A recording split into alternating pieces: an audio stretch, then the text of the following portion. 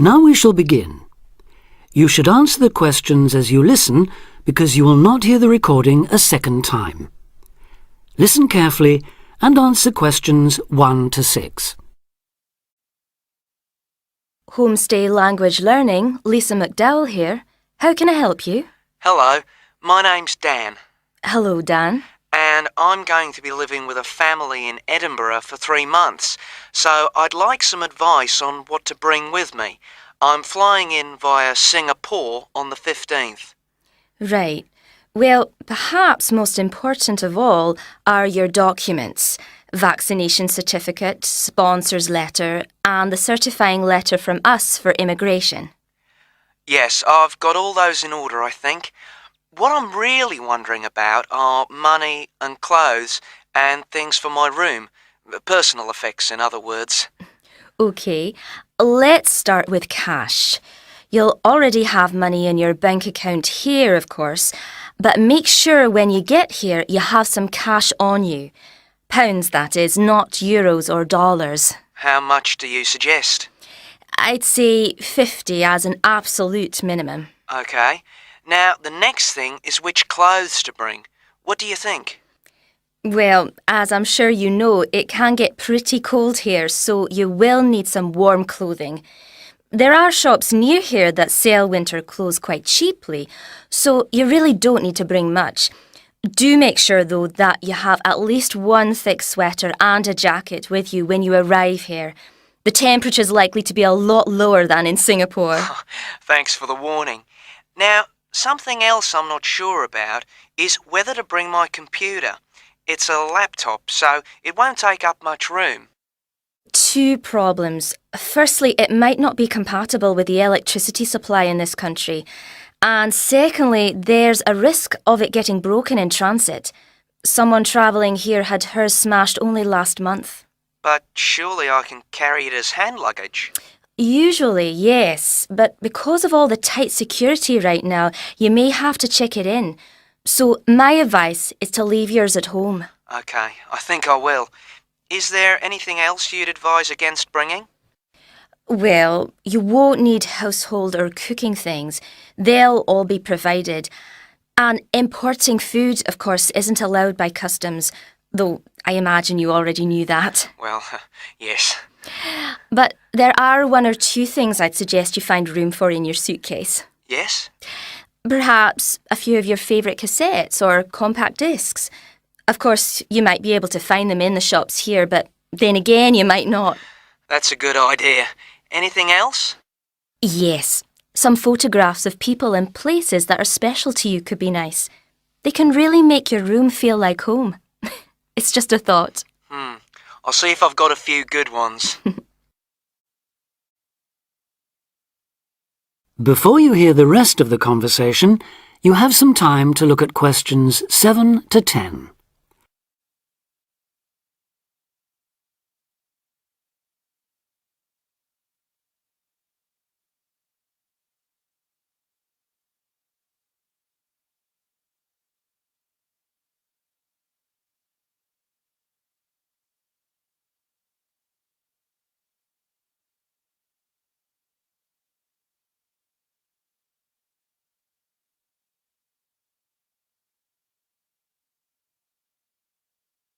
Now listen and answer questions 7 to 10.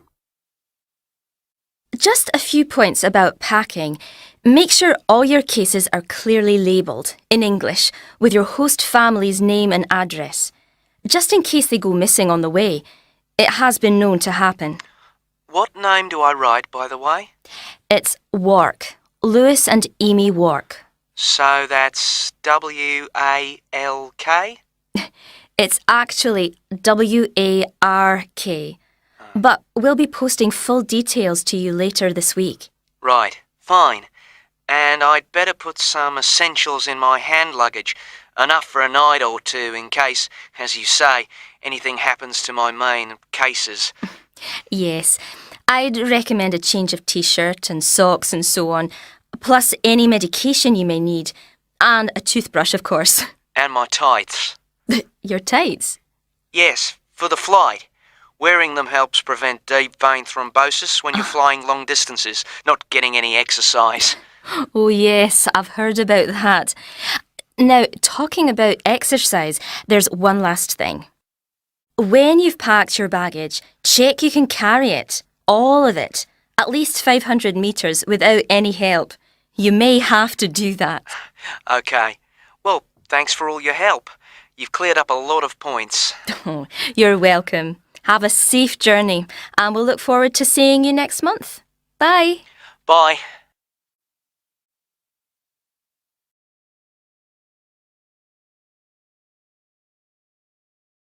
That is the end of part 1. You now have half a minute to check your answers.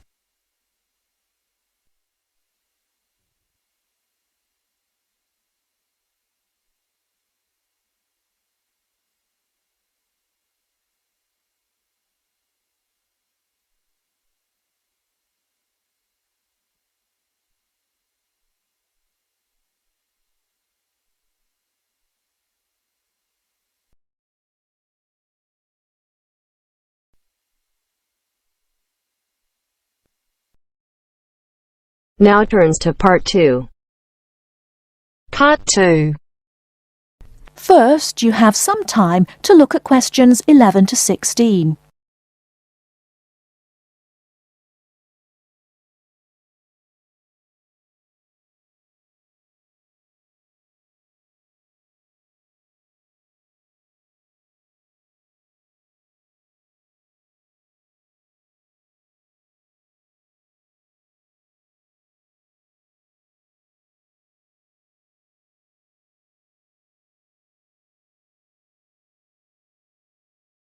Now, listen carefully and answer questions 11 to 16.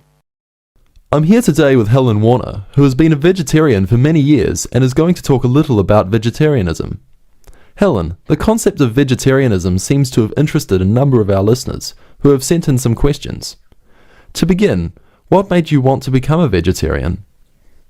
Well, when I was 16, I had friends who were vegetarian and they introduced me to the idea. My parents were typical of their generation and ate meat at least 3 or 4 times a week, so I didn't really think about it too much until a few years later. It was while I was at university that I really thought about it and decided that it was unfair to eat meat when there are so many alternatives available. Is there anything you miss about not eating meat? No, not really. As I said, there are so many substitutes available these days, perhaps the most important of which comes from the soya bean. Soya is so versatile and is the staple substitute for most vegetarians. So what about the nutritional value of vegetarian food? Isn't it true that there are some vitamins that you can't get from soya or vegetables alone? Surely people need these vitamins. Yes, that's correct. But actually there is only one vital vitamin that is only present in meat. That's vitamin B12. Most vegetarians are aware of the implication of this and actually take B12 supplement in the form of tablets. Of course, the way you cook vegetables is also very important in preserving vitamins. Many countries, particularly the UK, have a reputation for overcooking vegetables. Water-soluble vitamins, where the vitamins are dissolved into the water, are often lost. Vitamin C is a common example. However, the loss of vitamins can be avoided by microwaving or steaming vegetables, which is what I do whenever I cook. Some people don't want to change their cooking habits too much, so if you do boil them, simply cut down on the cooking time. So a vegetarian diet is fairly healthy then? Oh yes. A lot of people believe that vegetarianism is unhealthy, but that's actually not the case. Vegetarians are actually considerably healthier than many meat eaters. Consider for a minute the health aspects of the incredible amount of meat this country and others like it consume. The statistics for beef eating, for example, are quite frightening. The world figure for beef consumption is slightly less than 11 kilograms per person each year. Yet in Europe, the average consumption is nearly double that, at 21 kilos per person. And in the USA, it is even worse, with the average person eating 44 kilograms of beef every year.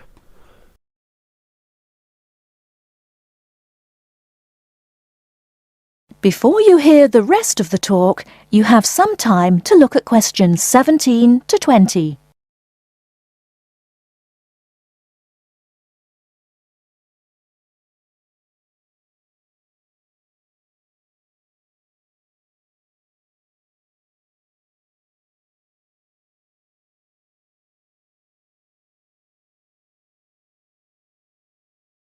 Now listen and answer questions 17 to 20.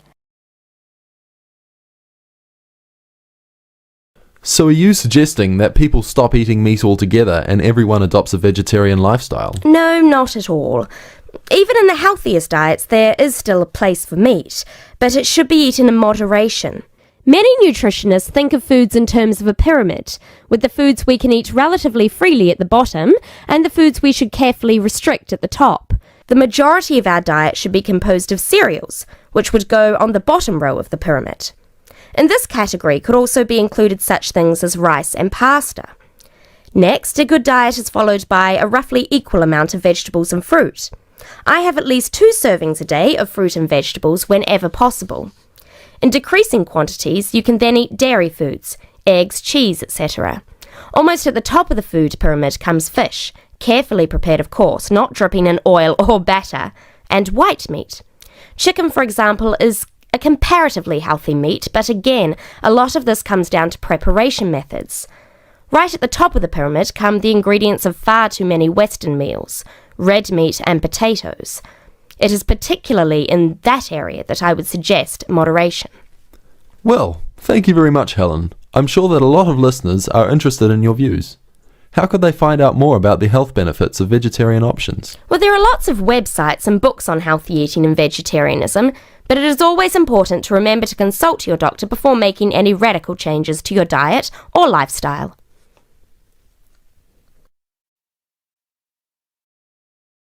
That is the end of part 2. You now have half a minute to check your answers.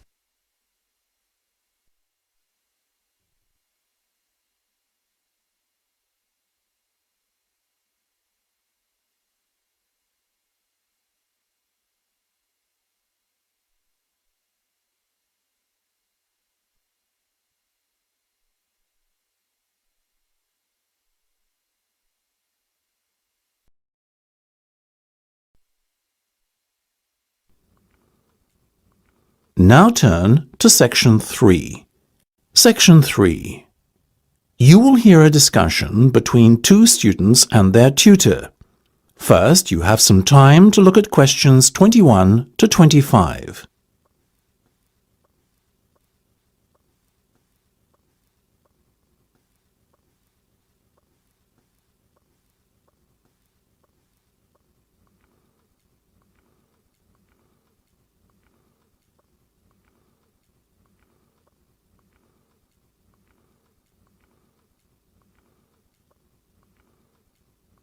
Now listen carefully and answer questions 21 to 25. Okay, guys. First off, well done. That was a very good presentation yesterday.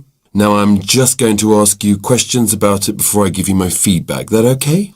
Sure. Of course. Right. Well, in that case, tell me, Niall, why did you choose to talk about Rafael Nadal? To tell you the truth, I didn't. I think I'd better let Sheena handle this one. Sheena? Yes, it was my decision to pick Nadal. Now, that might be a strange choice for a presentation entitled Someone Who Inspired Me to Study Psychology, but... Yes, but I was going to say, it does seem rather an odd choice. Was it simply down to the fact that he's a sporting hero of yours and so a role model? You talk about him a lot, Sheena, so this much is clear. It's true. Nadal is someone I look up to, but my reasons for choosing him were totally professional. You see, I doubt perhaps in the history of tennis that there was ever a better match player than him, and that got me thinking, what is the secret to his success? How does he control his nerves so splendidly? The more we started to look into his background, the more I realised Sheena was right. Nadal was a perfect candidate for this study. He is, on so many levels, a very well-balanced character, and it was fascinating to gain an insight into the mind of this great champion over the last few weeks.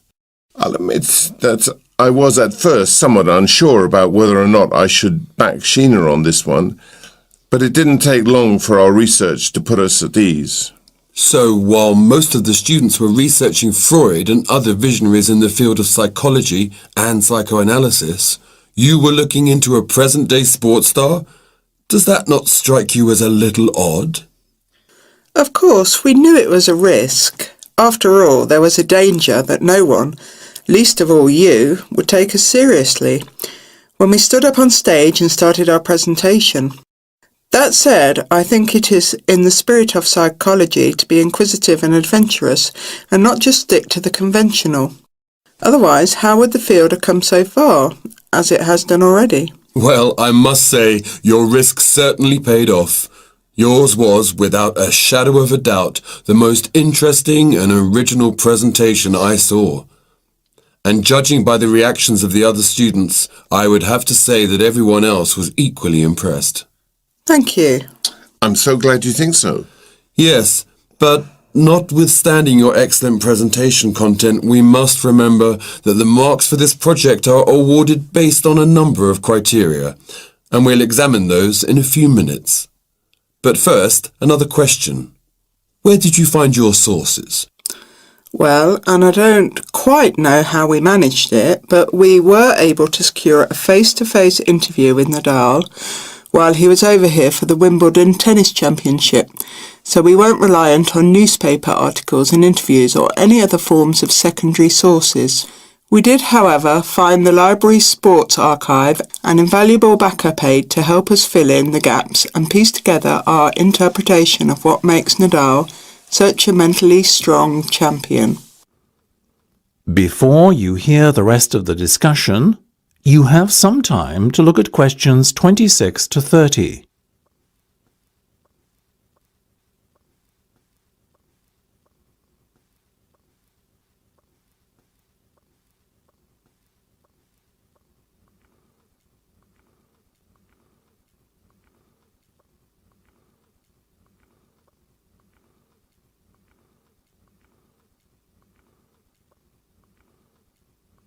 Now listen and answer questions 26 to 30. Okay, well, as I said, congratulations again for your excellent work. Now it's time for my feedback. The first area where marks were awarded is in your use of equipment. I felt that had you not been a little too reliant on the overhead projector, and had you, for example, used the interactive whiteboard and audio equipment a little more effectively, you would have received top marks in this section. As things stand, though, your use of equipment was still very satisfactory. It's just a shame as it was an opportunity missed to score full points. The next area I was asked to assess is content. As you might have guessed, I simply can't fault you on that. Highly original work, so well done. As for your timing, I felt that the two of you were a little too over-rehearsed, so the presentation felt at times a little robotic. That said, again, it was very satisfactory, and you would get full points for effort. Sadly, though, there is such a thing as trying too hard, and that cost you top marks here, I'm afraid. Oh, I see. Right. What was particularly impressive, though, was the thick handout you'd prepared for everyone. I took it home to read through it afterwards, and it was very well written. But not alone that, it also enhanced my experience of the presentation itself on the day, as I was able to refer to the handout for further information on what was being discussed and to answer any questions I had. Very nice. As for your level of interaction, well, you had so much that you were intent on packing into your 20-minute time slot that sadly you run out of time at the end, which left no room whatsoever for interaction, and no one had the chance to ask you any questions.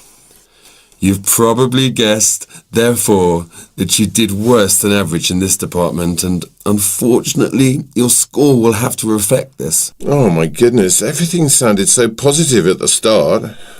That is a big disappointment. We worked so hard. Now, don't be so quick to get deflated. Remember, your presentation skills only count for 15% of the project grade.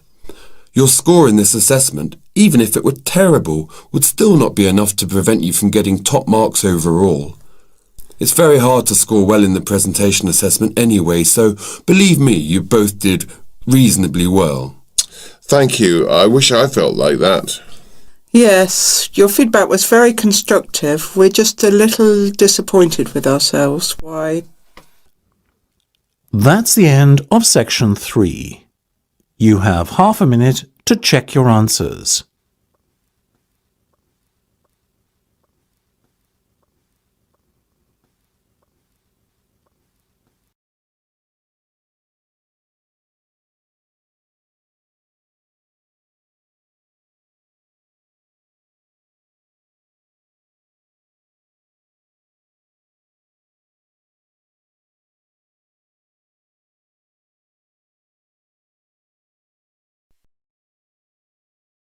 Now turns to part 4. Part 4. 9. Listen to the second part of our lecture. As you listen, complete the notes below. First, you have some time to look at questions 31 to 40.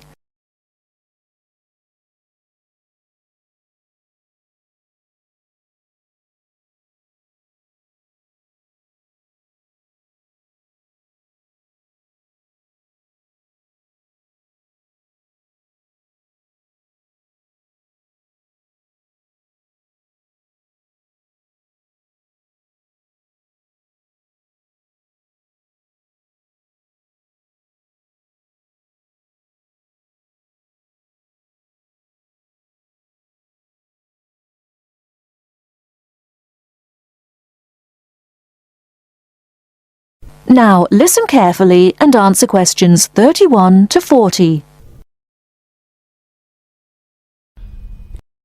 River dance is not just an expression of self-confidence, a kind of culturally interesting pop song. It tells the story of a people through song and dance. It tells the story of the people whose spirit was broken by an event which occurred in the middle of the last century, but continued to affect the society until 1961, the Great Famine. What is a famine? In 1840, the official population of Ireland was 8 million. They were largely poor and living in the countryside. They were beginning to have an interest in independence, and perhaps had things been different, Ireland might have been independent much earlier. But there was a serious problem in the agricultural system. All crops were grown to pay the rent of the land, and all that was grown to eat was the potato. This was fine until the potato crop failed, as it did from 1845 to 1848. The stories of what happened in those times live on in the popular culture of Ireland, and I won't tell them here, but the result was that 2 million people died or left the country by 1851.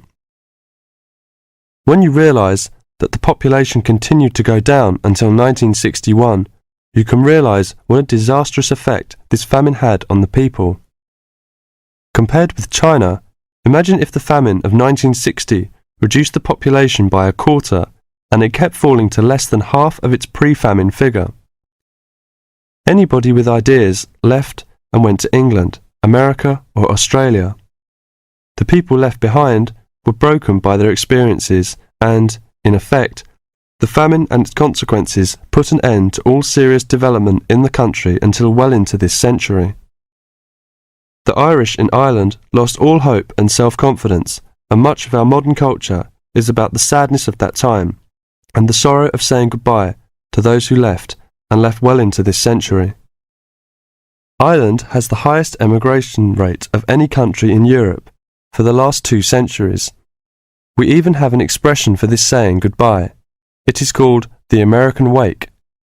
It means the ceremony, like that of a funeral for someone going to America, because you will never see him or her again. Do you know why there is Irish music on the film Titanic? It is because most of the people killed were Irish. The leaving continued until the 1970s because independence in 1921 was followed by a civil war and an economic depression. Almost every family in Ireland has relatives abroad, and up to the 60s in some places, of a class of 30 graduating from high school all left. Along the west coast, closed-up houses from that time falling into ruin are still common. That is the end of part 4. You now have half a minute to check your answers.